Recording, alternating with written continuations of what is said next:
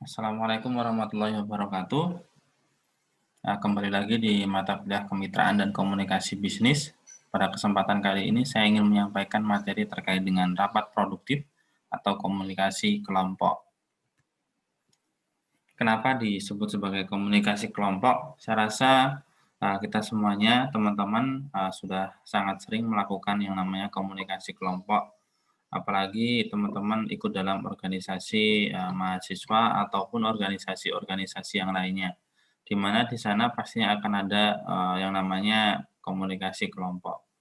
Komunikasi kelompok ini adalah komunikasi yang melibatkan lebih dari 2 orang. Jadi, sebuah perkumpulan di mana disebut sebagai kelompok itu kan lebih dari 2 orang. Jadinya ketika, ada perkumpulan lebih dari 2 orang dan di sana ada proses komunikasi, ada yang menyampaikan pesan, ada yang menerima pesan, kemudian ada yang memberikan feedback dan seterusnya, itu bisa disebut sebagai, komunikasi kelompok gitu ya. Teman-teman ketika ngobrol dengan, teman-teman yang lainnya di mana jumlah orangnya lebih dari 2 orang, itu juga bisa disebut sebagai, komunikasi kelompok.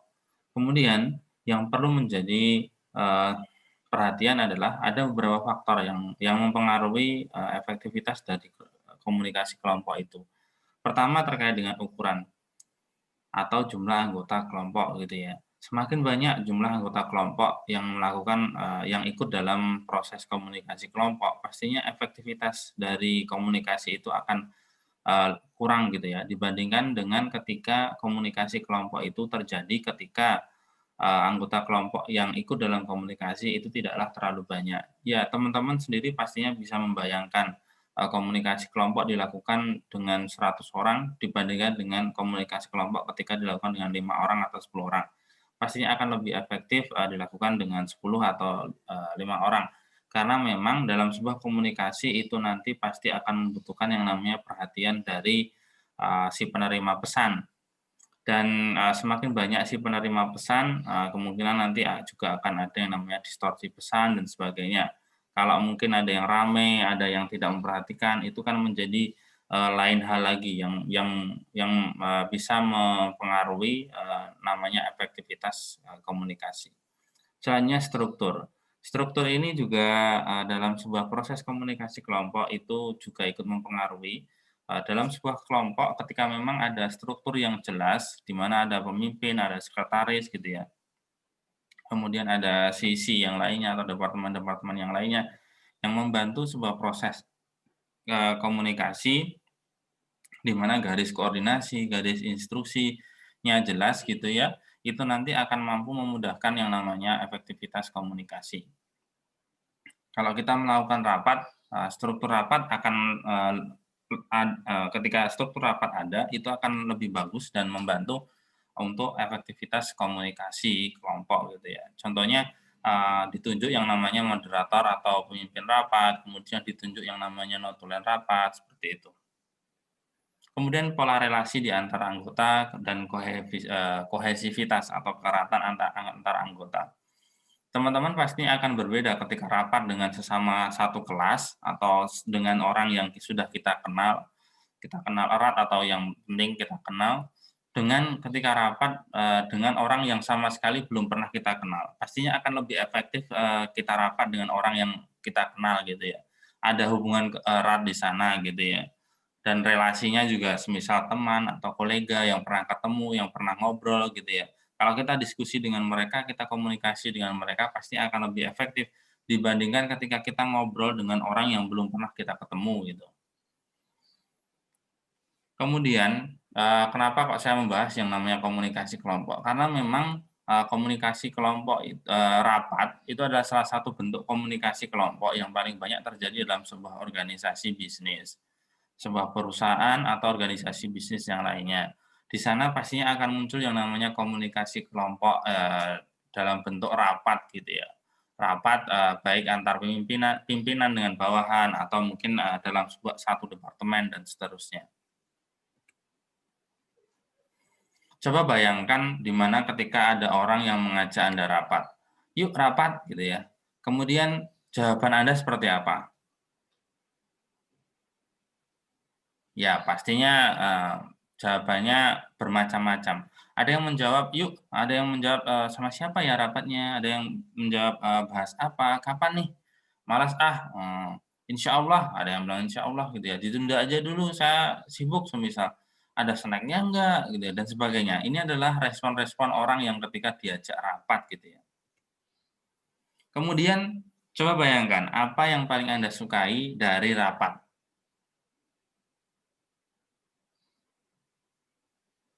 Oke, pastinya macam-macam. Ini motivasi, bisa jadi motivasi rapat gitu ya, motivasi untuk ikut rapat.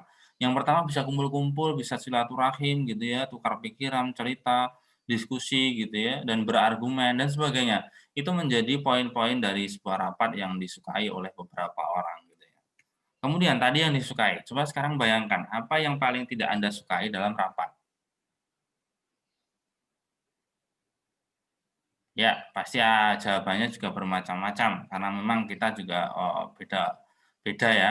Pertama adalah membosankan, ditanya tidak bisa jawab gitu ya, lama atau waktu molor, merasa benar sendiri, yang dibahas nggak penting, bercandanya terlalu banyak, berbelit-belit, gerundel atau ngomongin di luar rapat, padahal di rapat sudah diputuskan dan sebagainya. Lama, snack kurang, itu juga kadang menjadi, eee sesuatu atau poin, sisi dari rapat yang tidak disukai oleh seseorang. Oke, tadi disukai dan tidak disukai dari sebuah rapat. Sekarang kita coba masuk pada yang namanya masalah rapat. 16 masalah rapat yang secara umum terjadi ketika, orang mengadakan rapat, termasuk rapat bisnis ya. Jadi apa yang saya sampaikan di materi ini adalah lebih fokus pada rapat bisnis gitu ya.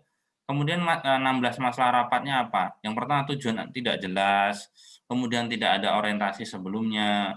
Orientasi sebelumnya ini sebenarnya tidak harus, tatap muka atau by lisan. Orientasi sebelumnya bisa saja, dalam bentuk adalah pengumuman atau informasi sebelumnya gitu ya. Semisal kita menyebarkan, agenda rapat yang di sana sudah, tertera jelas besok rapat ngapain gitu ya. Itu akan membantu, si peserta rapat atau anggota kelompok yang rapat untuk bisa, menyiapkan diri gitu ya, besok mau rapat apa, coba saya siapkan, atau coba saya menyiapkan gagasan, atau ketika memang dibutuhkan data, saya akan menyiapkan data dan seterusnya. Lambat memulai rapat, nah ini menjadi budaya orang Indonesia, meskipun ada masih banyak orang yang, ingin ataupun, totalitas dalam datang rapat. Totalitas dalam datang rapat, rapatnya secara on time gitu ada gitu ya, tapi memang, secara umum kita menyadari, kita harus mengakui dan itu menjadi introspeksi kita sendiri gitu ya, bahwasanya memang, ketika kita mengadakan sebuah pertemuan masih banyak orang yang tidak on time. Persiapan tidak cukup, biasanya memang rapat itu terkadang dilakukan secara mendadak. Kalau memang rapat itu dilakukan secara mendadak, oke lah ya, persiapan kurang cukup. Tapi kalau rapatnya itu disiapkan jauh-jauh hari, saya rasa persiapan itu harus lebih matang. Melepaskan masalah terlalu lama, tidak terorganisir, tidak meyakinkan. Kalau terkait dengan tidak terorganisir, peran pemimpin rapat, pimpinan rapat, moderator rapat itu sangat penting atau pimpinan, kelompok tersebut itu sangat penting bagaimana dia, memainkan perannya agar rapat yang dilakukan itu lebih, berjalan dengan baik. Kepemimpinan tidak efektif, informasi tidak nyambung, membuang waktu, interupsi gitu ya. Kepemimpinan tidak efektif ya, karena memang pimpinan rapat itu sangat, krusial dalam membuat rapat itu menjadi efektif atau menjadi, sesuai apa yang ditentukan tujuannya gitu ya. Jadi ya, alangkah lebih baiknya ketika memang kita menunjuk pimpinan rapat itu yang mumpuni, yang bisa membawa rapat itu ke lebih baik gitu ya. Kemudian keputusan tidak efektif, diskusi bertele-tele, kemudian individu mendominasi diskusi, tidak ada hasil atau tidak lanjut yang dihasilkan. Nah, ini memang banyak, peran pemimpinan rapat agar memang, tidak ada individu yang terlalu dominan itu di-stop gitu ya. Ada individu yang dia terlalu pasif didorong untuk, mau menyampaikan gagasan dan sebagainya. Sebenarnya ada suatu ketika di mana rapat itu tidak perlu.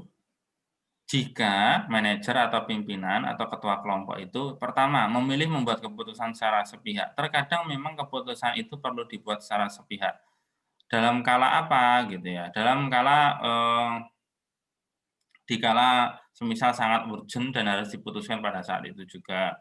Kemudian hal-hal sepele gitu ya, itu mungkin, si ketua kelompok bisa memutuskan sendiri, nggak harus semua hal itu dirapatkan. Hanya saja mungkin nanti ketika ketua kelompok itu sudah, memutuskan, nanti hasil dari putusan itu bisa di-share ke anggota kelompoknya. Kemudian, ketua kelompok, atau manajer ketika memutuskan sesuatu, ya dia harus berani, dia harus mau memikul tanggung jawab atas kesalahan keputusan yang ia lakukan, gitu ya. Kecuali memang keputusan itu, diambil atau dilakukan dengan musyawarah mufakat dengan semua anggota.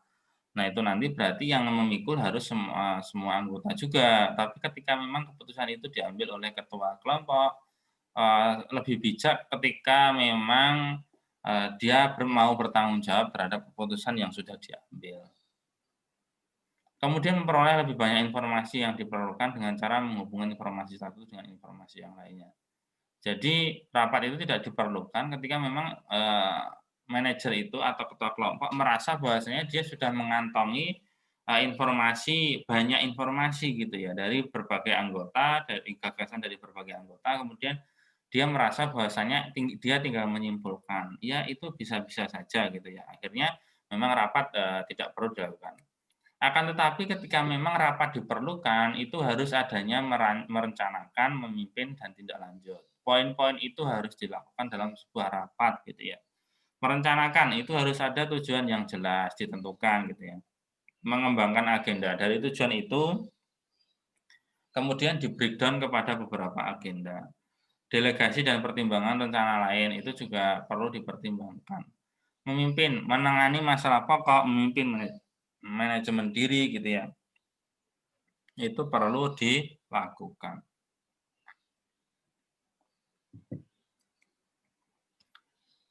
Tindak lanjut itu nanti, ada yang namanya evaluasi. Jadi rapat itu dievaluasi. Setelah rapat selesai dievaluasi, bisa evaluasi itu evaluasi mandiri dari ketua kelompok semisal, atau menyebarkan kuesioner ke anggota kelompok semisal. Bisa berbagai macam hal yang dilakukan. Kemudian distribusi laporan. Distribusi laporan ini bisa dilakukan kepada atasan, kepada, anggota kelompok gitu ya, agar mereka, bisa mengingat-ingat, mereka mendokumentasikan hasil rapat yang sudah dilakukan. Jadi ketika nanti hasil rapat itu sudah dijalankan gitu ya, sudah dieksekusi, nanti anggota kelompok itu bisa ikut memantau, eksekusi dari hasil rapat itu apakah benar-benar dilakukan atau tidak. Selanjutnya melaporkan rekomendasi kelompok. Dari hasil rapat pastinya akan, butuh yang namanya rekomendasi. Nah, rekomendasi itu bisa disampaikan kepada atasan, dewan penasehat, ataupun yang lainnya. Atau rekomendasi itu menjadi sebuah acuan dari, tindakan organisasi tersebut gitu ya, tindakan kelompok tersebut, bisa saja. Yang pertama terkait dengan tujuan, antisipasi hasil, dan rencana. Ini hubungannya dengan, ini ya, jika rapat diperlukan, yang pertama terkait dengan merencanakan itu, kontennya ada yang pertama adalah menentukan tujuan, antisipasi hasil, dan rencana. Kalau memang tujuan rapat itu untuk pelatihan, pendidikan, antisipasi hasil itu bisa berupa penjelasan peran, perubahan perilaku, pengembangan keahlian, dan sebagainya. Dan rencana rapatnya bisa berupa presentasi, peragaan aplikasi gitu ya. Kemudian ketika tujuan rapatnya itu adalah penyebaran informasi, antisipasi hasil bisa berupa distribusi data, peningkatan kesadaran, penerangan, pengendalian gosip gitu ya, dan rencana, eee, realisasi rapatnya nanti bisa berupa presentasi, menjawab pertanyaan.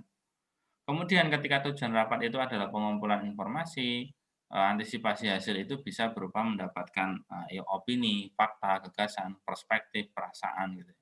Dan rencana, rapatnya itu bisa berupa isu hangat, meminta pertanyaan, mendapatkan reaksi. Kemudian kalau tujuan rapat itu adalah untuk pemecahan masalah, ya antisipasi hasilnya dengan mengenali dan mengurai masalah. Nanti bentuk rapatnya bisa bentuk berpikir bijaksana. Kemudian kalau tujuannya pembuatan keputusan, antisipasi hasil bisa dengan membuat keputusan, membuat rencana, mendapat rekomendasi, dan mengambil tindakan. Nanti bentuk rapatnya bisa menjelaskan alternatif keuntungan proyek. Teman-teman nanti dalam praktikum nanti akan diminta untuk membuat yang namanya kurva lonceng. Kurva lonceng ini adalah digunakan untuk mengembangkan agenda. Tujuan rapatnya apa dulu ditentukan, kemudian dari tujuan itu nanti dibuat agenda-agenda gitu ya. Nah, dari agenda-agenda tersebut agar memang nanti waktunya lebih efektif, kemudian agenda itu ditempatkan atau diberikan proporsi waktu yang ideal gitu ya. Memang kalau agenda itu kurang penting gitu ya, semisal dia diberikan alokasi waktu yang relatif sedikit dibandingkan ketika memang agenda itu penting. Teman-teman nanti ketika membuat sebuah kurva lonceng itu, semisal alokasinya 120 menit, berarti nanti klimaksnya, nanti, yang pertama, menit pertama sampai menit 60 itu akan naik. Kemudian setelah itu nanti, akan turun gitu ya, setelah 60 nanti akan turun.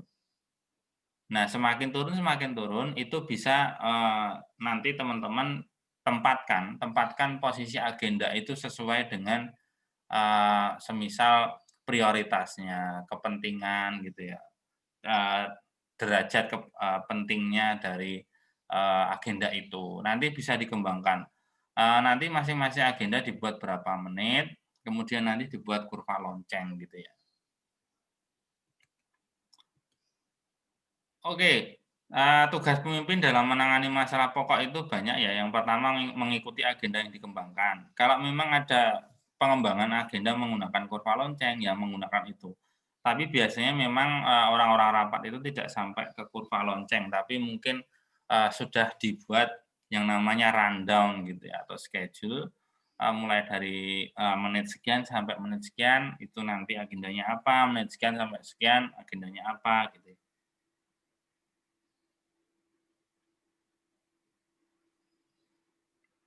Selanjutnya, distribusi peran. Jadi masing-masing anggota kelompok bisa diberikan amanah dengan peran masing-masing gitu ya. Yang ketiga adalah meninjau dan membahas agenda. Yang keempat memberi ringkasan yang singkat dan jelas di akhir pembahasan. Memimpin, peran pemimpin gitu ya. Yang pertama adalah, pendorong, menawarkan penghargaan, pengertian, dan menerima gagasan orang lain gitu ya. Kalau memang ada anggota yang pasif didorong untuk mengeluarkan gagasan gitu ya. Kalau ada anggota yang tidak mau menerima gagasan orang lain, didorong agar dia mau menerima gagasan orang lain. Kemudian penyeimbang. Jadi ketika memang, kesepakatan antara anggota itu agak susah diterima, agak susah didapatkan, ya menjadi penyeimbang, menengahi ketidaksepakatan antara anggota kelompok.